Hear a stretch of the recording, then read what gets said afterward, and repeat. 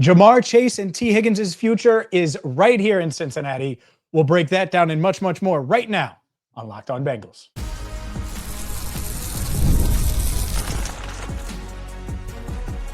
You are Locked On Bengals, your daily Cincinnati Bengals podcast.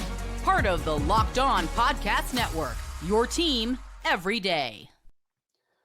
What up, Bengals fans, and welcome to another episode of the Locked On Bengals podcast. I'm your host, Jake Liscow. He's your host, James Rapien, and we are Locked On Bengals on the Locked On Podcast Network, your team every day on YouTube and everywhere you get your podcasts. And if you're new to the show, you're not an everydayer. Well, last week was a little bit slow for the Bengals in free agency, but we had you covered every step of the way. We analyzed the deals the Bengals made. We talked about the players that are still out there for the Bengals, and a lot of that is still true. And a lot of the frustration is still true, to be totally honest with you. But that is not where we're starting today, as we have good news to talk about, as the deals for T. Higgins and Jamar Chase should be coming any minute now. Really, might be happening sometime in the middle of us recording this episode, James Rapien. But for those of you that aren't everydayers already, you can hit that subscribe button, hit the bell on YouTube, hit follow anywhere you get your podcasts, and you won't miss an episode of Locked On Bengals. You can even check out the Locked On Bengals Insider Group at joinsubtext.com/LockedOnBengals, where lots of folks are getting a lot of updates as soon as we have that information available and a line directly to us to ask those questions. James, let's start with the news that you had over the weekend, since we last talked anyway, on Jamar Chase and T. Higgins. Huge. It's huge news because the last time we talked, we didn't know where things were. And then you had the national media, basically, and it started with NFL Network, but ESPN did it, and a bunch of other national outlets as well had it. The Bengals have made significant progress with both guys. And that's because on Friday, there were a lot of people that thought that that was just going to get done, and that these contracts were going to get done. They didn't fully get there. And by the way, as we're recording this, technically, they're still not all the way there because they haven't you haven't seen those national reports come out yet. But done. Done as in agreed to all of the big things, going through the small things. I expect both of these deals to be finalized in the near future. Could be today, like you said. But both sides know where this is headed, know that it's in the process of being finalized, is how I would word it. And now you're just going through some of the fine print to make sure that both sides are on the same page. These are complex deals because we're talking about millions and millions and millions of dollars. Of course, they take a little time to iron out. I'll give you an example. Remember when Joe Burrow, they announced his deal on that Thursday night? He did not sign it on Friday.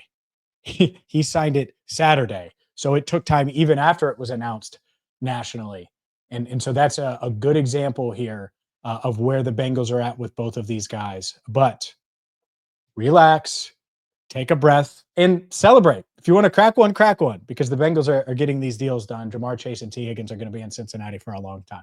Totally understandable if you want to wait for those national reports as well. But like James said, there was some point on Friday, a group text went out to a bunch of national reporters for ESPN and for NFL Network. NFL Network, I think, got it up first, but everyone had it at the same time within seconds of one another. These deals are really close. They're talking about financial terms. Jamar Chase, somewhere between $40.1 and $41 million per year, just getting right above that Myles Garrett deal. And T. Higgins discussed anywhere from like the 27.5, 28 to 30 million range. And we'll see where those numbers land. And when those numbers are out, we'll analyze the way they've done those contracts and the guarantees they've done and what all of that means for the Bengals in terms of, have they broken their structure? Have they done more with guarantees? But we don't have that yet. We do have those national reports that happened on Friday, which were accompanied by, at the same time that happened, I got a message that was like, yeah, this is trending toward the conclusion that we've been expecting. Like right before those messages went out from national media sources. And then I got a call right after that from a source that would know, that was related to, yep, this thing is as good as done. What are they still working on? Big question. Why hasn't it been announced by the Nationals yet?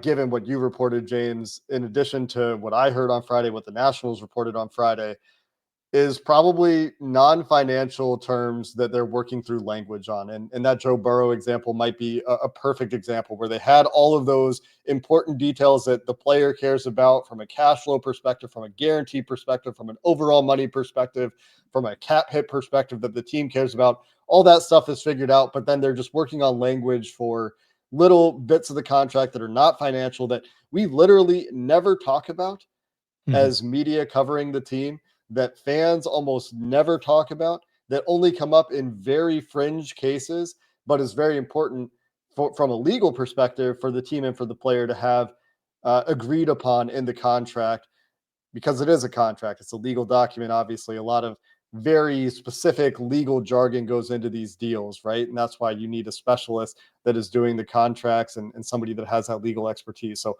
I would assume that is what they're still hammering out and still refining, are just getting those little bits of non-financial language hammered down, agreed upon. And that Joe Burrow example, James, like you mentioned, could be a perfect reflection when we think about this one, where yes, it's done, but they're just working on those final details. And those could be examples I think a lot of people are wondering about, and it could just be as simple as that.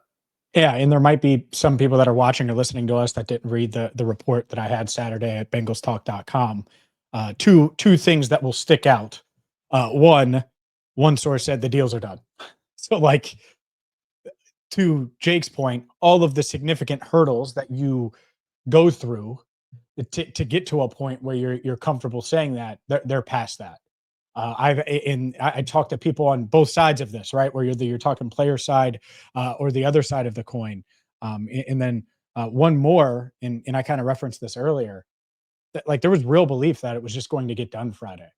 And then I think that they were like, okay, let's take a breath. The reason it went public the way it did, because very rarely do you see that, where it's like significant progress has been made. These deals are really close and are going to happen in the. Normally, it's just like, oh well, it's done.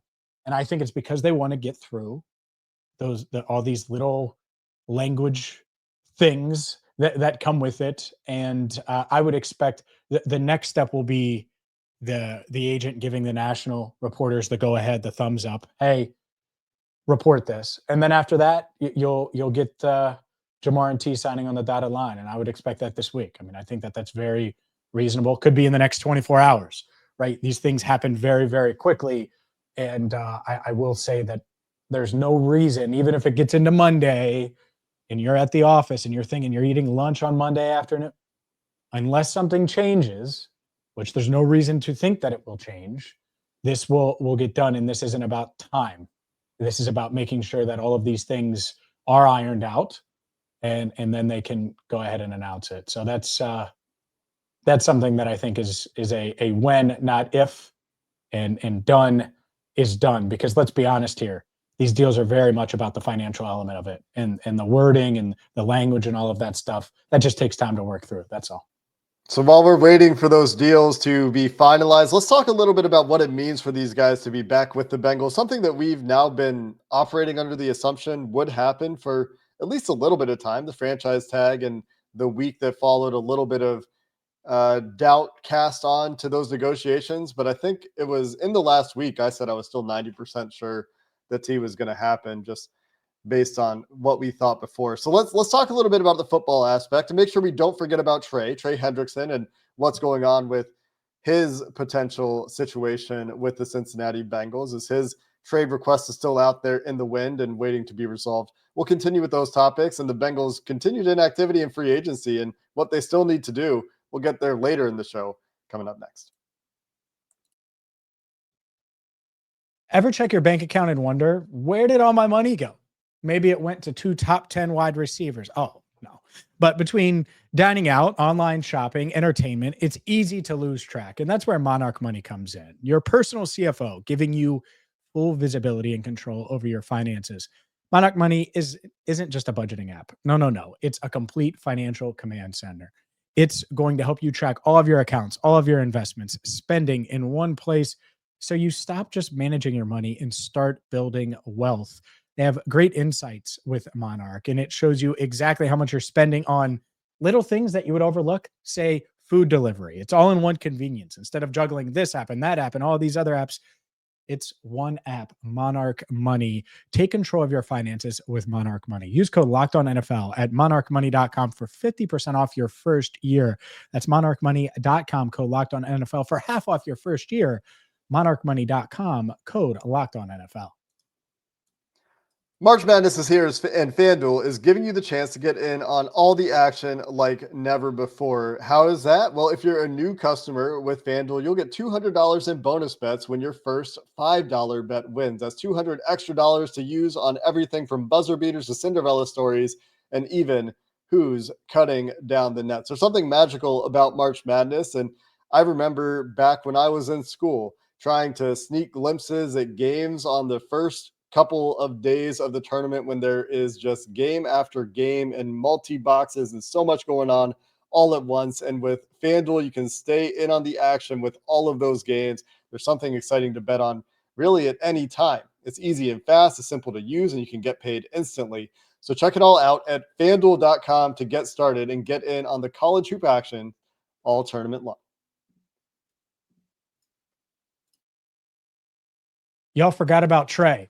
We're going to talk about Trey Hendrickson coming up in just a few minutes here, but just a little bit, Jake, on the football impact of keeping number 1 and number 5 in Cincinnati.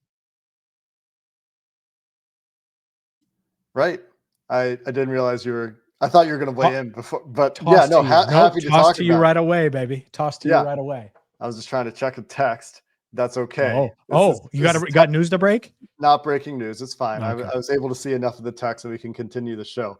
But keeping T. Higgins and Jamar Chase in Cincinnati, along with re-signing Mike Gesicki earlier in the offseason, keeps intact the Bengals' primary passing engine, right? Between those three guys, Andre Yosevach and Chase Brown, the top weapons for this team are still in place. Now, could the Bengals still go out and draft on day 3 a wide receiver in this class to fill a particular role? It's possible. Or if they acquire additional picks somehow, you could even see it on day 2 of the NFL draft. And I don't think that would be absolutely crazy if they had enough picks. But given the amount of picks they have, what this means is that there's no more pressure for at least a couple of years to go attack the high-end receiving position on this team that needs or wants a high-end receiver to do what it does at a high level, which is Joe Burrow is going to see what you're doing on defense. And as soon as you show a sliver of weakness, he has 2 receivers that are capable of making you pay. And if you try to double both of those guys, well, that's why those tertiary weapons that I mentioned, Mike Gesicki, Andre Yosevach, and Chase Brown, are important to have on this team and where a draft pick is still possible. But if you're not taking away both T. Higgins and Jamar Chase effectively, both of those guys are able to make you pay. They're able to win quickly, which is one of the reasons that they've been able to overcome the offensive line issues they've had, the pass protection issues they've had, where they've regressed on the offensive line in the last couple of years and somehow managed to give up more pressure, where Joe Burrow has been better under pressure. A lot of that is because he has those guys that can win quickly. And that is the opposite problem of what we saw with the Chiefs in the playoffs, right? Where when you're giving up pressure and you're the Chiefs and you have all of this investment in your offensive line and those investments aren't paying out in your offensive line and you don't have the guys that can win quickly for you outside, you end up having issues on offense. The Bengals, a bit of a different situation, and they still need to address the offensive line, don't get me wrong, but having those guys back, and we'll get into this in more depth, I think, in the future from a team building perspective, because a lot of people have been very critical of keeping both of these receivers from a team building perspective, James. It's the engine for the offense, and running that back gives you that foundation on offense that means, okay, we have a very clear identity there that we can build around. Yeah, for sure. I think I was having this conversation with someone the other day, a coach, not on the Bengals, but an NFL coach, about how important stars are and keeping your stars.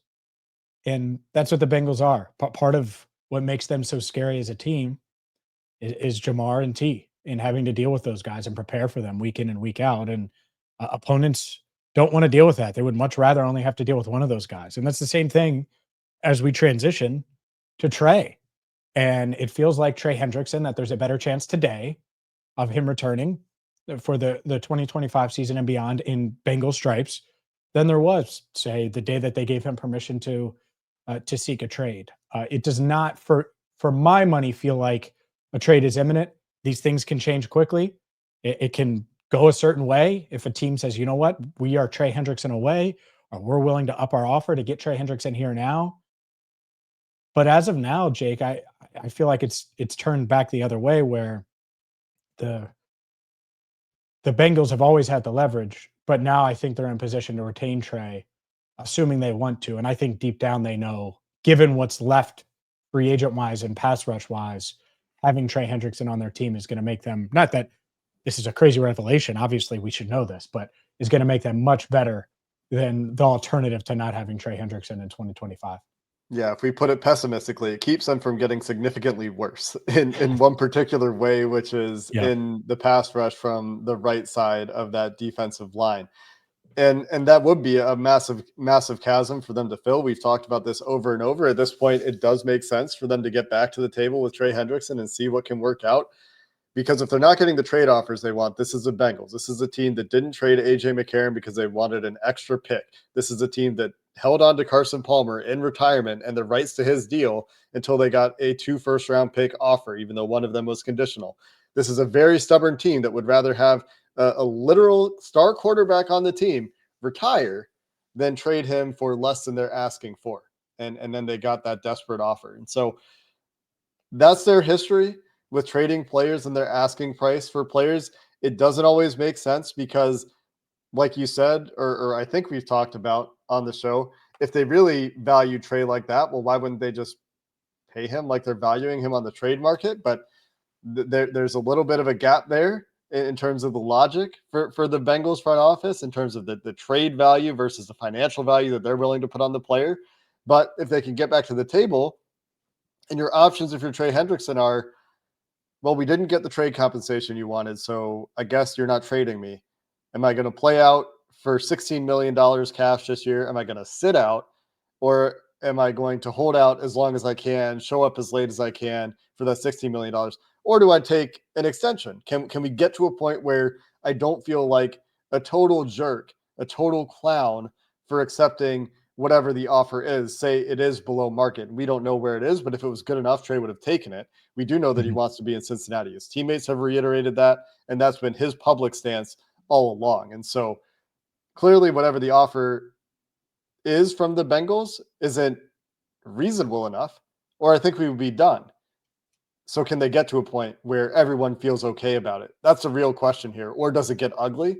Or do they figure out a trade? Because the trade does, you're right, feel less likely. And so it feels like the remaining paths, assuming that doesn't change, are it potentially getting really ugly or them figuring out and coming to a place where both sides feel like they have a fair deal.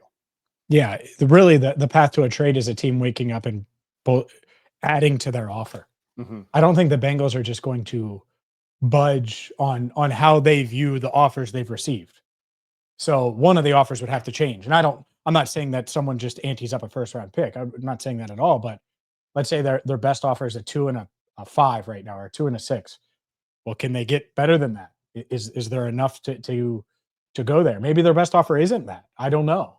But that seems like the only realistic path to a trade. The other parts of this and elements of this were predictable, something that we talked about a month ago. From a leverage standpoint, if you're the Bengals, he's under contract, you want him on your team, you're better with him, offer him a significant pay raise and a multi-year deal, and they have the leverage and they can wait it out. And he knows that. And I think that's what was so big about him getting the permission for the trade, is just to see if they could go get a first round pick for the Bengals in a deal. Like I get trying to explore it if you're Trey, because you don't really have a ton of angles. At the same time, if you were the Bengals, you want to get to a point where, one, I would want Trey in 2026, period. Like it's not like you, like I've heard you just beef up his offer for 2025, his contract for 2025. That is the dumbest thing ever. Because what if he plays really, really well again? It's not like they're going to have a ton of pass rushers suddenly on this defense, and they're just going to have so many that they don't want Trey Hendrickson in 2026. I think he's going to play well this year. There's no reason not to think that. So I think an extension makes way more sense instead of just giving him more money this year. So I would throw that idea out. I think an extension is ideal for both sides. A 2-year extension, I think, is going to be where the Bengals are. And we've talked about that a ton. Now, can they get to a number? That makes sense. I mean, I would, if I'm the Bengals, I'd be willing to go 2 for 64 if that's what got it done. Maybe they're not there. Maybe they're at 2 for 50 or 2 for 55. I do think that maybe a 2 for 56 to 58, something in that range. You're talking 28, $29 million per year. Like it's pretty tough to turn down if you're Trey and in the position he's in. So I do think if the Bengals get in that realm, that's more than likely that'll get it done. And how willing are they to get creative with the structure if they need to, if they're worried about it from that perspective? Because I feel like increasingly it seems like they need to have a very clear understanding of their financial picture before they're willing to move ahead. And they need to move ahead. There are other things that they need to get done in free agency in addition to their stars. We're talking about that topic again here today after another 2 days of inactivity, which is, despite the good news, still a little bit frustrating for me, James. We'll talk about what the Bengals can do to finish up free agency once again, coming up next.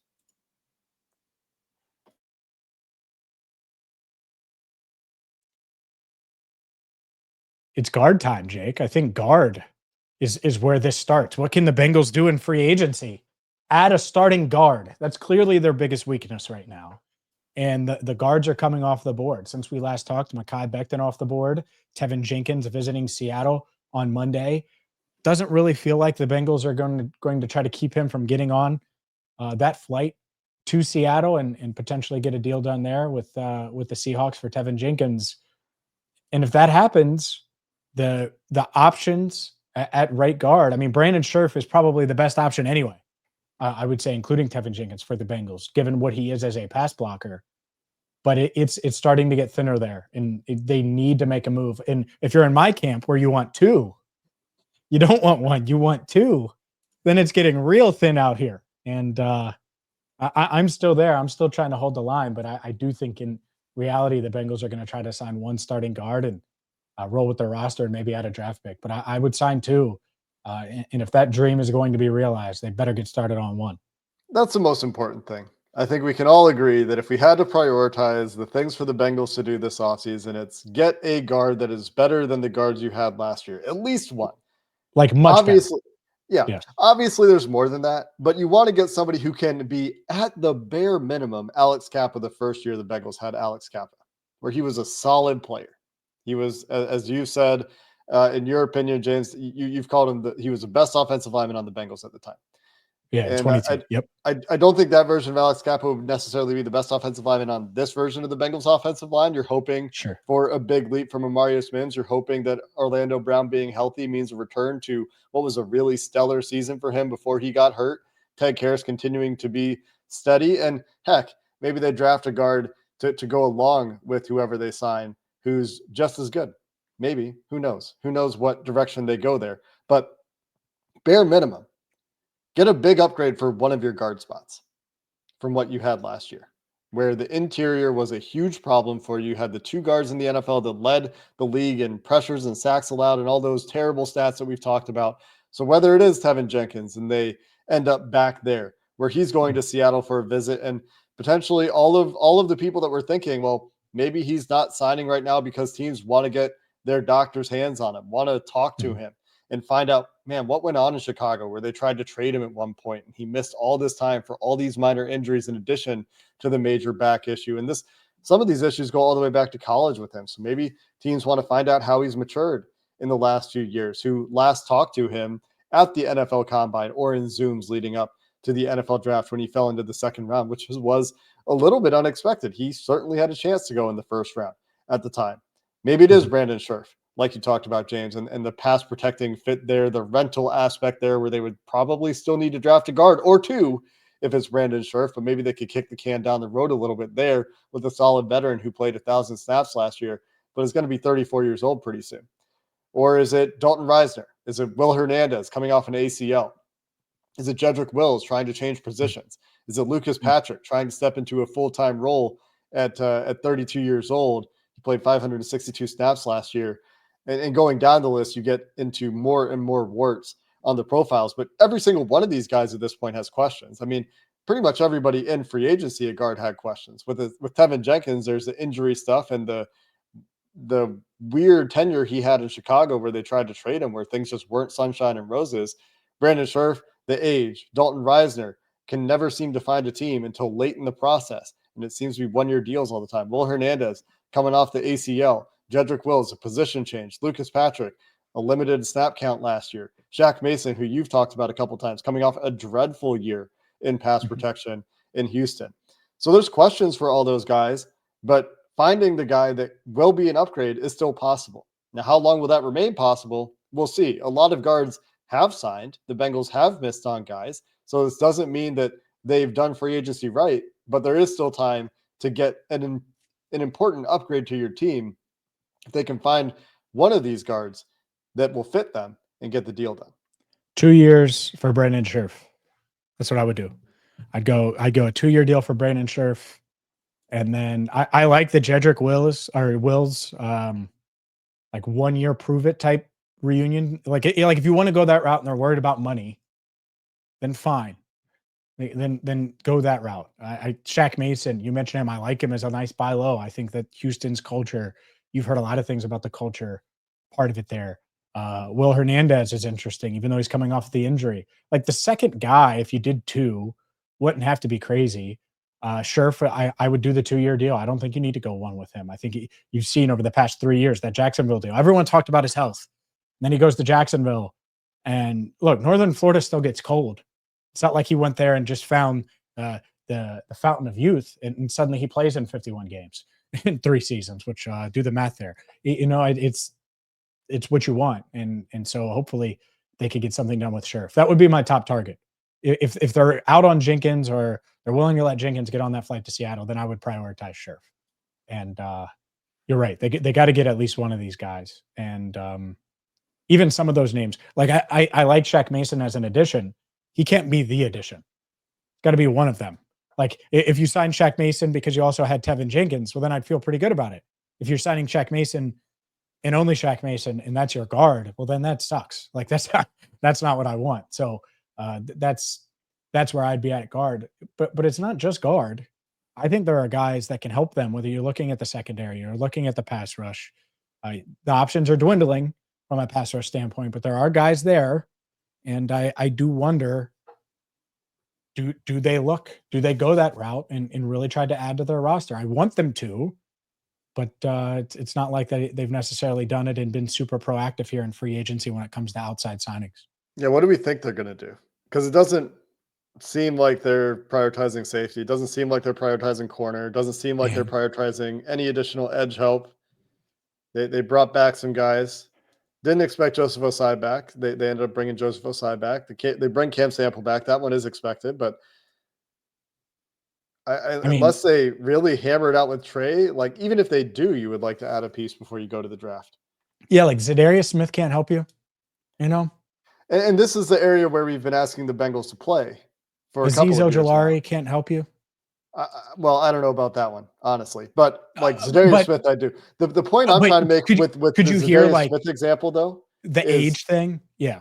Well, like go do the 1-year deal for Calais Campbell, for Zadarius Smith, for whoever. Like these guys that are right around 30 that still have something left in the tank. Like why not? The D line feels much different if they got something done with Trey, Zadarius Smith, and Calais Campbell. Doesn't it?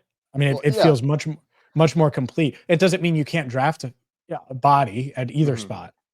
But if you had to go play tomorrow and it's Trey and Zadarius Smith, and then you have Miles Murphy and Joseph Osai, and on the inside you have Calais Campbell, BJ Hill, and TJ Slayton, and then you have Chris Jenkins and McKinley. Like it just feels much more whole.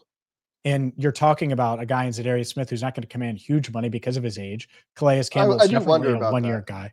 Campbell hasn't $10 been million? getting big money, but yeah, I mean the 1-year deals. That's where we'll have to see how they structure these deals for these receivers, and that'll tell us like, do they have any intent at all in doing 1-year deals? Because if they're not pushing those cap hits out into the future the way they've been doing, that probably tells us all we need to know. We're not going to see any significant 1-year deals beyond maybe a guard. Yeah. And that's scary if they go that route. Like Blackman from the Colts, Julian Blackman. I think he would be, I got his name right today, by the way. Shocker. I think he could be an upgrade there at safety. I think you could go into should we just essentially trade Geno Stone for Julian Blackmon? You could sell. I bet you could sell the Bengals coaching staff on that. I don't know that, but it looks good to me. And that's it. Like if Cordell Volson's the reason why you're not signing a second guard, I think we know the answer to how to fix it. So, and if Geno Stone's the reason you're not signing a safety that's promising and played a bunch of free safety snaps for the Colts and has done it, well, maybe you go that route, We'll see what the Bengals do. If they sign a guard, maybe I'll believe they're going to continue to make some moves here. But until we see these contracts, until they start making moves again, it's hard for me to think that they're not ready to go to the draft with a lot of the deficiencies they have, which is asking a lot of Al Golden on defense, asking a lot of Scott Peters potentially on the offensive line, and asking a lot of hitting on draft picks that can contribute for you right away, which they need either way. But they would still need if they signed a couple of extra guys. Now, getting Chase and Higgins done does feel better. And if they can figure it out with Trey, this will all feel better because they will have at least retained those important pieces. But I just keep going back to that Duke Tobin quote about not wanting to pay more for the same team and how close they are to doing that right now, unless there are a couple more additions made. When they make those additions, we will have you covered here on Locked On Bengals. Until then, thanks for listening to this episode of the Locked On Bengals podcast. Hoo day, and have a good one.